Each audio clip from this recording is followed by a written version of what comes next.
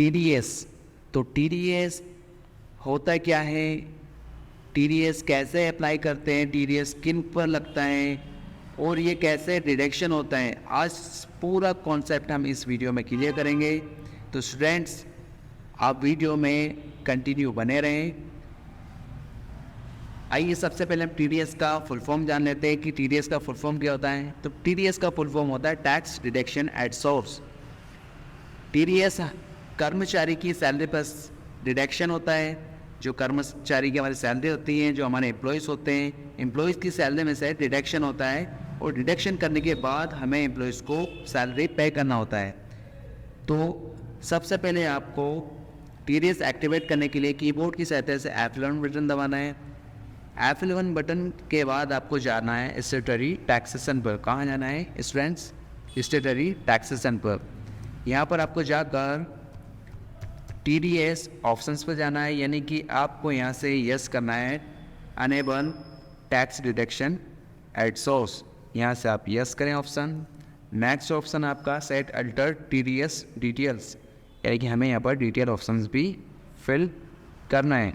Okay, अब यहाँ पर आपका लिखा आ रहा है टैक्स नंबर, यानी कि जो भी आपका टैक्स नंबर है वो आपको कंपनी की ओर से दिए जाते हैं, वो आपको यहाँ पर फिल करने होते हैं, जो भी आपके टैक्स नंबर हैं।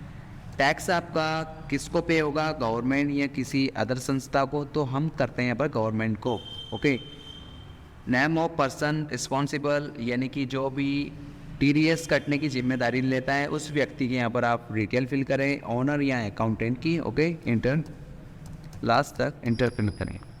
एस्केप से बाहर आ जाएं। अब हम सबसे पहले अकाउंट इन्फॉर्मेशन पे जाकर लेज़र क्रिएट करते हैं। हम बना रहे हैं यहाँ पर सैलरी का लेज़र।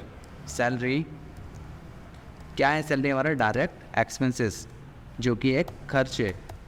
ओके, अब सैलरी देना है किसको है, यानी कि हमारे कर्मचारी। कर्मचारी कौन होते हैं? सैलरी क्रेडिटर, जो कि हमें सर्विस देते हैं। तो हम यहाँ पर लिख रहे हैं सुनील SC, यानी कि सैलरी क्रेडिटर। अब आपको यहाँ से इस TDS एप्लीकेबल, यानी कि TDS को आपको यहाँ से एप्लीकेबल करना है। ओके, यहाँ से आप यस करें। अब आपको यहाँ पर करना है इनविजिबल रेसिडेंट, यानी कि इनविजिबल यानी कि व्यक्तिगत रूप से, है ना, और रेसिडेंट मतलब निवासी, यानी कि जो भी कंपनी में परमानेंट जॉब करता है, जो एम्प्लॉय से उसी पर TDS लगता है। तो आपको यहाँ पर ये ऑप्शंस फिल करना होगा। इंटर, यहाँ पर जो भी हमारे एम्प्लॉयज़ की डिटेल वो आप यहाँ पर फिल करें। इंटर। एक और हम बना लेते हैं यहाँ पर रमेश SC, यानी कि सैलरी क्रेडिटर। फिर आपको क्या करना है, यहाँ पर TDS को एप्लीकेबल करना है। यस, वापस आपको करना है यहाँ पर इंडिविजुअल रेसिडेंट। इंटर। ओके, ये आपने क्रेडिटर की लेज़र क्रिएट कर ली है। अब एस्केप सोसाइटी से हम बाहर आ जाते हैं और हम करते हैं यहाँ पर सैलरी फिक्स, यानी कि कहाँ जाना होगा आपको? General voucher. तो कीबोर्ड की सहायता से F7 प्रेस करें। आपका यहाँ पर लिखा आ रहा है बाय, मतलब बाय को आपको डेबिट क्रेडिट में चेंज करना है, तो आप कीबोर्ड की सहायता से F12 प्रेस करें और यहाँ से आप इंटर प्रेस करें। इंटर प्रेस करने के बाद आपको यहाँ पर क्रेडिट एंड डेबिट का ऑप्शन शो हो रहा है यहाँ पर, तो आप इस ऑप्शन को यहाँ से यस कर दें। ओके, ये ऑप्शन यस कर देंगे आप। इंटर। तो जो हमारा ऑप्शन बाई और 2 में आ रहा था, तो वो आपका यहाँ पर डेबिट और क्रेडिट में शो हो रहा है। तो सबसे ऊपर आपको डेबिट में उस एक्सपेंसेस का नाम शो कराना है, जो कि हमारा मंथली होता है, यानी कि हम जनरल वाउचर में क्या करते हैं, मंथली एक्सपेंसेस बुक करते हैं।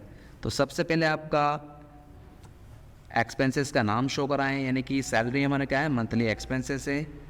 कितनी दे रहे हैं भाई आपको सैलरी? यहाँ पर एम्प्लॉयज़ को हम जैसे मान लीजिए हम 20,000 रुपये सैलरी दे रहे हैं।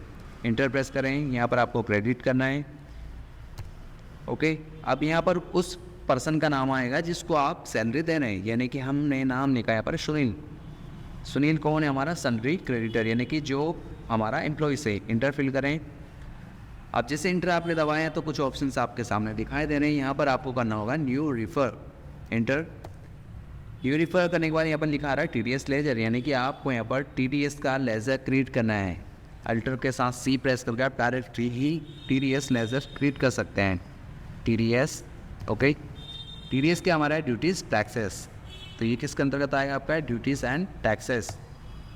यहाँ पर आप TDS फिल करें।